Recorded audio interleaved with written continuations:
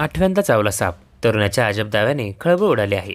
काय आहे नेमकं प्रकरण ते पाहण्यापूर्वी चॅनलला सबस्क्राईब करायला विसरू नका. उत्तर प्रदेशातील एका तरुणाने त्याला 8 वेळात साप चावल्याचा दावा केला आहे. तो राजस्थानमधील मेहंदीपूर बालाजी येथे देवदर्शनासाठी गेला होता. तिथे त्याला पुन्हा सापाने दंश केल्याचा दावा त्याने केला आहे. उत्तर प्रदेशातील विकास द्विवेदी या तरुणाने मात्र आपल्याला 7 वेळा साप चावल्याचा दावा केल्याने खळबळ उडाली होती.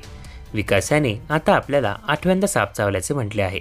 विकास राजस्थानच्या मेहंदीपूर बालाजी येथे गेला होता, तेव्हा तिथे पुन्हा एकदा सापाने चावा घेतल्याचं त्याचं म्हणणं आहे. विकासच्या या दाव्यानंतर त्याला सापाने चावण्याची कहाणी आणि त्याला स्वप्नात मिळालेला दृष्टांत पुन्हा एकदा चर्चेत आला आहे. माणसाला कोणत्या ना कोणत्या गोष्टीची भीती असते. मानसिक आजाराचा देखील हा भाग असू शकतो. त्यास फोबिया असे नाव दिले जाते. विकासचे म्हणणे ऐकल्यानंतर तज्ज्ञांनी हा एक प्रकारचा स्नेक फोबिया असू शकतो असं सांगितलं आहे. विकासचा दावा आहे की त्याला स्वप्नात साप दिसला व तो म्हणाला की त्याला 9व्यांदा साप चावल्यावर तो मरणार आहे. विकासाच्या दाव्यावर डॉक्टरांनी प्रश्न उपस्थित केले आहेत.